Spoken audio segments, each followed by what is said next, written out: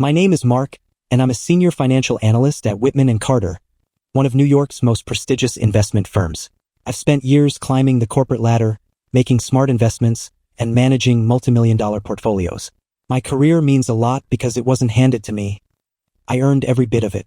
Growing up without parents meant being resourceful, determined, and independent. I wasn't born into money. I built my life from the ground up. When I met Lena, I thought I had finally found the missing piece. She was bright and ambitious, and made me feel seen in a way I hadn't since my parents passed. We got married 2 years ago, and I thought I'd gained not just a wife, but a family. Lena's mother, Margaret, and her sister, Sophie, welcomed me with open arms, or so I thought. At first, I admired Margaret's dedication to family. She had raised Lena and Sophie mostly on her own after her husband, Henry, passed away. Margaret often spoke about living within one's means and donating to the church. I respected that. Coming from a humble background, I valued hard work and frugality. But soon, I noticed that Margaret's words didn't match her lifestyle. Expensive handbags, imported wines, designer outfits. She had a taste for luxury that contradicted her modest talk. Sophie was even worse. At 26, she worked as a fashion designer at a high-end boutique, but never seemed to have a dollar to her name. She'd spend her paycheck on trendy clothes and lavish nights out, and then come running to me when the bills piled up. "I'll pay you back, Mark. Next month, for sure." The next month never came. Lena, my wife, always defended Sophie. "She's young, Mark. She'll figure it out. Besides, that's what family is for." I kept quiet, not wanting to rock the boat. I kept paying, telling myself it was worth it to keep the peace. Then Sophie got engaged. Margaret and Lena treated it like a royal event, gushing about Ryan, Sophie's fiancé, and a young chef trying to open his own restaurant. The wedding planning started almost immediately. Costs piled up, the venue, the dress, the catering. Then they looked at me. Lena's voice was soft, almost pleading. "She only gets married once, Mark," Margaret added. "Your father-in-law would have done this for her." In my gut, I knew I should say no, but I didn't. I wired the money. $50,000 to make their dream wedding happen. I convinced myself it was worth it to keep the peace, to stay in their good graces. But I had no idea how much more they would take from me. The day after I transferred the money, I sat at my office desk, staring at the confirmation receipt. $50,000. Gone. Just like that. I felt hollow, like I'd been mugged without ever seeing the thief. My phone buzzed.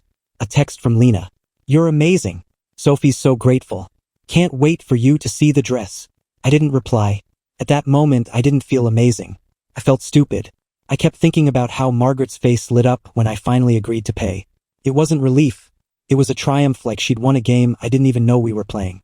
Lena had wrapped her arms around me, whispering how much this meant to her family, and how proud her father would have been. Guilt and obligation are my constant companions. I couldn't shake the feeling that something was fundamentally wrong. I tried talking to Lena about it that night. "Do you think it's fair that I'm covering all this?" I asked cautiously. She looked at me like I just suggested kicking a puppy. "Mark, it's her wedding. It's once in a lifetime, and she's my sister. Family helps the family. But Ryan's family isn't paying a cent," I pointed out. "And Margaret hasn't contributed either. Why is it all on me?" She huffed, already annoyed. "You know they can't afford it. It's not about who pays. It's about making sure it's special. You're just overthinking this." Overthinking, right? I couldn't focus on work the next day. I kept replaying that conversation, wondering when I became the guy who always gave in. I was good at managing risks, calculating investments, and keeping clients happy. But when it came to Lena's family, I was completely blindsided.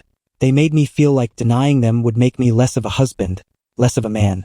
It was like they knew exactly which buttons to press. Later that week, Sophie swung by our apartment to pick up more cash for emergency dress alterations. Emergency. Another $1,000 gone. I barely listened as she rambled about how the seamstress messed up the fit and how it had to be perfect. I just nodded, forcing a smile as I handed her the envelope. The wedding plans snowballed from there. Caterers, florists, more dress adjustments. Lena casually mentioned booking a high-end photographer, another few thousand on top of everything else. When I hesitated, she pouted. "It's her dream, Mark. You wouldn't want to ruin it, would you?" I wanted to scream that I was the only one paying for her dream, but I didn't. I just nodded. "Sure." By the time we reached the week of the wedding, my savings had taken a hit and my patience was wearing thin. The night before the rehearsal dinner, I overheard Lena on the phone with Margaret. "Don't worry, Mom. Mark's covering it." He always does. It'll be fine. That was it. I felt something snap inside me. It wasn't anger, more like a deep, bone-weary realization that I was being used. I wasn't helping out of love or loyalty anymore, I was being manipulated. And I was letting it happen. As Lena hung up, I confronted her. Do you even care how much this is costing me? She looked genuinely surprised. What are you talking about? I've spent over 50 grand on a wedding that isn't even ours. And every time I question it, you make me feel like I'm being selfish. Her eyes narrowed. It's not just about money, Mark. It's about family. You know how much this means to Sophie. To my mom. You're supposed to support us. Support, right? Support by draining my savings. Support by sacrificing my own financial security. I didn't argue anymore. I just went to bed, staring at the ceiling, trying to figure out where I went wrong. The morning of the wedding, I woke up with a knot in my stomach.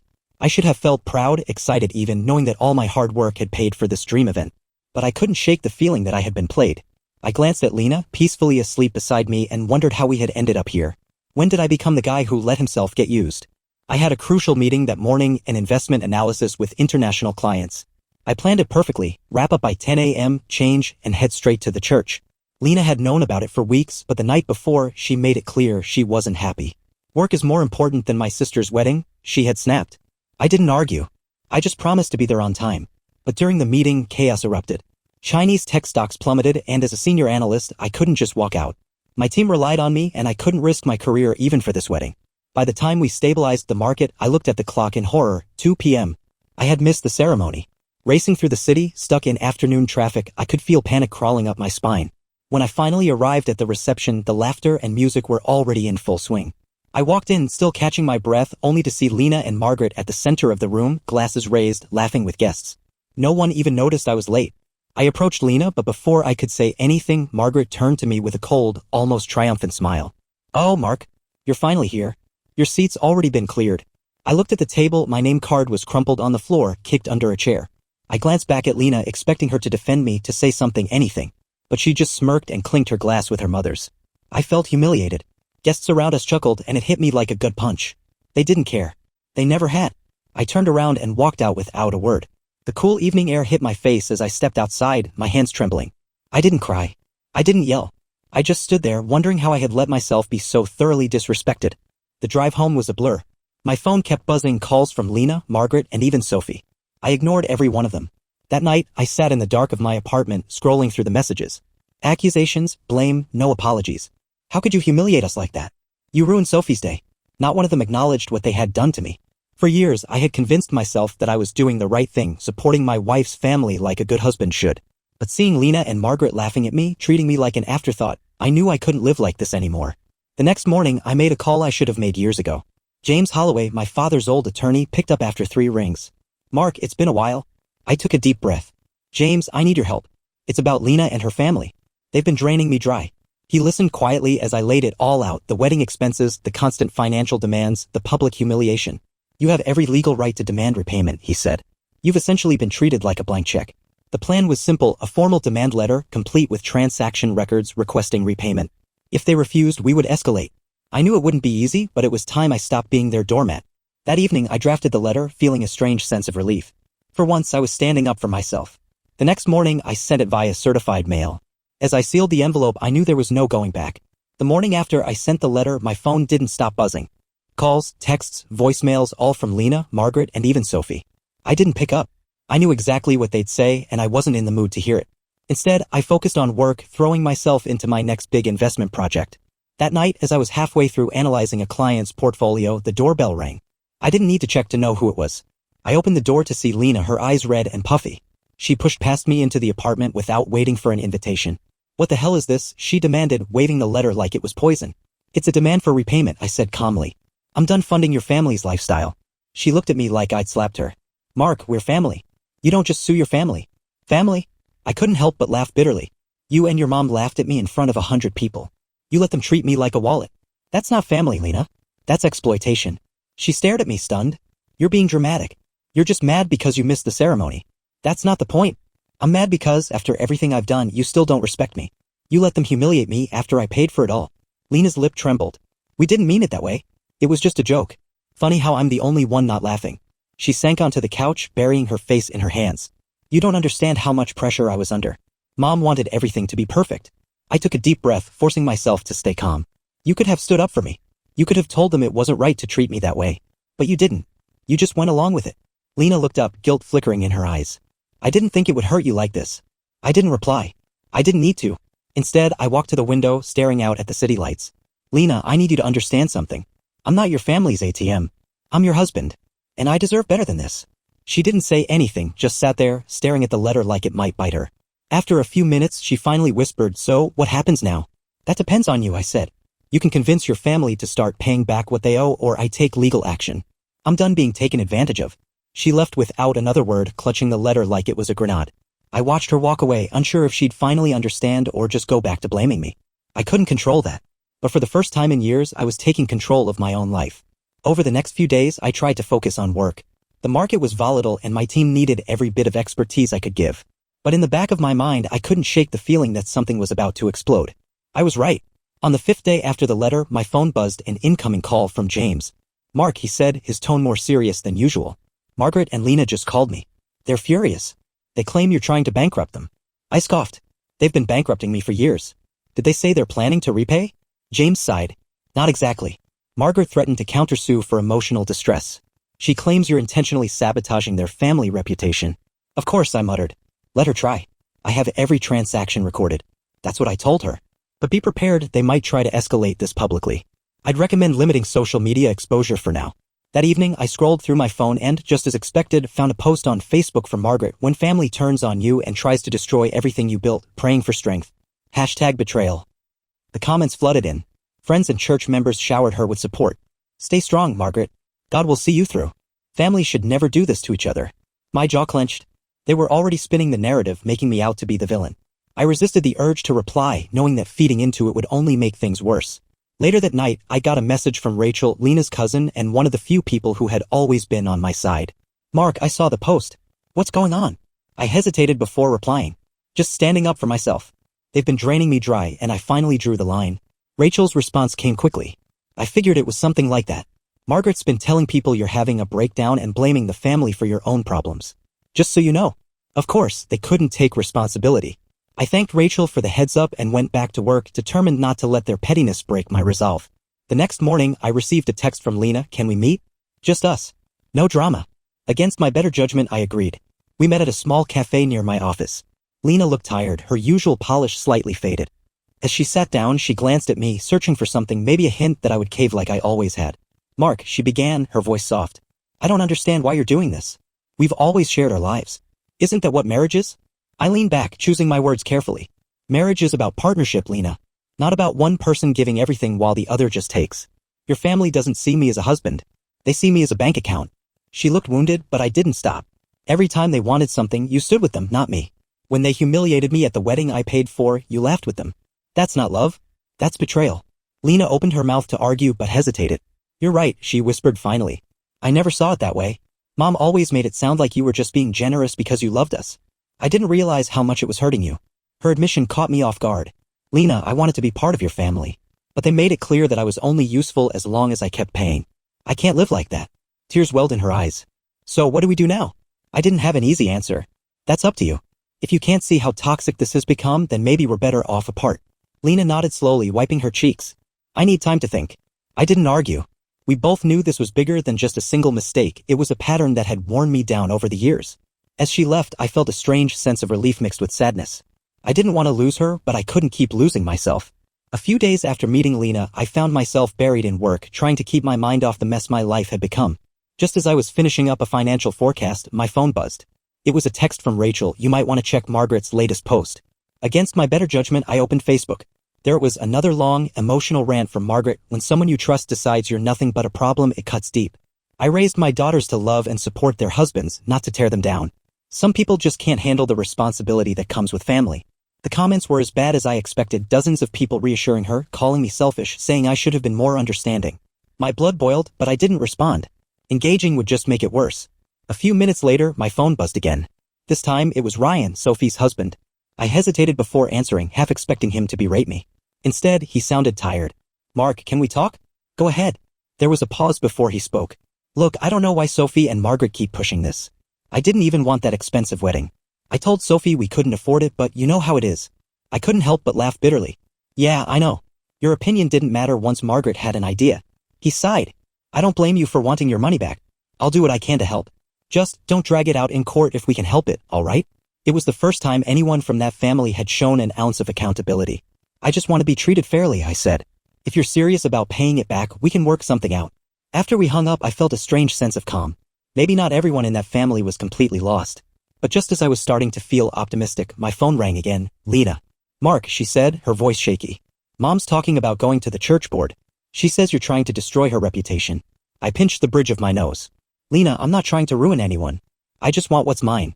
They used me, humiliated me, and acted like I was an outsider after everything I did. I know, she whispered. But it's getting ugly. People are talking. They think you're punishing us. Punishing you? I couldn't believe it. They laughed at me at a wedding I paid for, Lena. They used me like an ATM. I have every right to demand repayment. She was quiet for a moment. I'm not saying you're wrong. I didn't think it would get this far. Can't you just let it go? I took a deep breath, steadying my voice. If I let it go, I'll just be teaching them that they can keep using me. I can't do that, Lena. Not anymore. She didn't respond, and I knew she was torn between me and her family. Just let me know what you decide, she said, finally hanging up. I felt exhausted. It wasn't just about the money anymore, it was about respect. I couldn't just forgive and forget, not when they had treated me like a tool rather than a person. But as much as I hated to admit it, part of me missed Lena. I wondered if we could ever get past this, or if I was fooling myself by thinking it could ever go back to normal. The next morning, I was half expecting another angry voicemail from Margaret or Lena. Instead, my phone buzzed with a notification from my bank. Incoming transfer, $500. Sender, Ryan Carter. I couldn't help but stare at it, half convinced it was a mistake. I pulled up the transaction details. Nope, it was legit. The first installment toward repaying the wedding debt. It didn't feel like a victory, but it was something. At least someone in that family was taking responsibility. That afternoon, James called me to discuss the payment.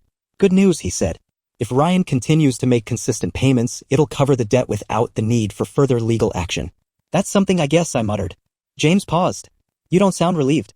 It's not about the money anymore, I admitted. It's about how they treated me. Even if I get every cent back, I'm not sure I can forgive them. He didn't push me to feel better. Just reminded me that getting what I was owed was important, but so was moving on.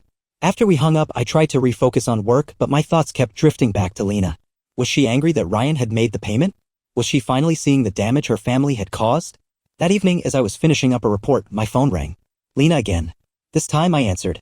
Mark, she began, her voice softer than before. Ryan told me he made the first payment. Is that what you wanted? I just wanted them to take responsibility, I replied. I didn't want this to become a public circus. She hesitated. Mom's furious. She says Ryan had no right to act without consulting her. But I think he did the right thing. That caught me off guard. You do? Yes, she whispered. I've been thinking about what you said. About how I never defended you. You're right. I didn't want to see it before, but I see it now. Part of me wanted to believe her. But I've been fooled by empty apologies before. It's not just about seeing it, Lena. It's about doing something about it. I can't keep being the guy who sacrifices everything while your family treats me like an outsider. I know, she said, her voice cracking. I never thought it would come to this. Neither did I. I wanted to believe that love and loyalty would be enough to get through anything. But when love becomes an obligation, it stops feeling real. Lena, I said gently. I don't hate you. I just can't keep giving without getting anything back. If you want this to work, it has to be different. She didn't argue. For the first time in months, I felt like she was actually listening. I'll talk to Mom, she promised. And Sophie. They need to hear it from me too. After we hung up, I felt an odd sense of calm. Maybe it wasn't the resolution I expected, but it was a start. The next morning, Rachel texted me, saw Margaret's post got deleted. What did you do? I couldn't help but smirk. Maybe Lena was finally standing up for me. Maybe things could actually change. 2 weeks went by without another payment. I knew better than to get my hopes up, but part of me had thought that Ryan's initial effort would spark a change. Instead, the silence stretched on, broken only by occasional messages from Lena. One afternoon, I got a call from James. Mark, we have a problem. Margaret is claiming financial hardship and trying to get the payments reduced. I laughed, but it wasn't a happy sound. Of course she is. She's arguing that the original agreement was made under duress, James explained. But since the payments started, we can argue that they accepted the terms. We're not backing down. I thanked him and hung up, feeling the tension build in my shoulders. They never stopped trying to twist the situation to their advantage. That evening, Lena texted me, can we talk? It's important. We met at a park nearby, the early evening air crisp and quiet. Lena looked worn out like she hadn't slept in days. Mom's not handling this well, she began. She's talking about going to court. She says you're destroying the family. I rubbed my temples. Destroying the family? Lena, your mom has been manipulating everyone for years. All I'm doing is asking for what's mine. She looked down at her hands. I know. I tried talking to her. I told her that what we did was wrong and that we owe you. She didn't take it well. Of course not. She's used to getting what she wants. Lena sighed. I've been thinking about us. About everything that's happened. I never wanted it to be like this. I thought keeping the peace meant letting Mom handle things. I didn't realize how much that hurt you. For the first time I saw genuine regret in her eyes. I wanted to believe her, but I couldn't afford to be naive anymore. Lena, I can't go back to how things were. You have to understand that. Your mom doesn't see me as part of the family. She sees me as a resource. She nodded slowly. I know. I've been talking to Ryan and he agrees. He said he'd keep making the payments even if Mom refused. He feels responsible too. That caught me off guard. Ryan had always seemed passive, but maybe the reality of being part of the Whitmore circus was hitting him hard. That's good to hear. Lena hesitated, her voice almost a whisper. Do you think we can ever fix this? I didn't have an easy answer. Maybe, but it has to be real. You can't keep letting your mom run our lives. You have to choose what kind of relationship you want, with me or with her. Tears welled up in her eyes, and I felt a pang of guilt. I didn't want to hurt her, but I couldn't keep living like I had been. I want us, she said finally. But I need to figure out how to stand up to her. I've never done that before. I didn't promise anything. I just nodded. If you're serious, I'll support you. But I can't do it for you. She wiped her cheeks and gave me a small, sad smile. I'll try. I promise. As I walked home, I couldn't help but feel cautiously hopeful. Maybe this wasn't the end. Maybe Lena was finally seeing the truth. But I knew better than to let my guard down completely. Promises were just words until they were backed by action. Hope you enjoyed this story as much as I do. Help this small channel grow by hitting that like button, subscribing, and sharing with your friends. Every bit of support means the world. Thanks for watching and see you in the next one.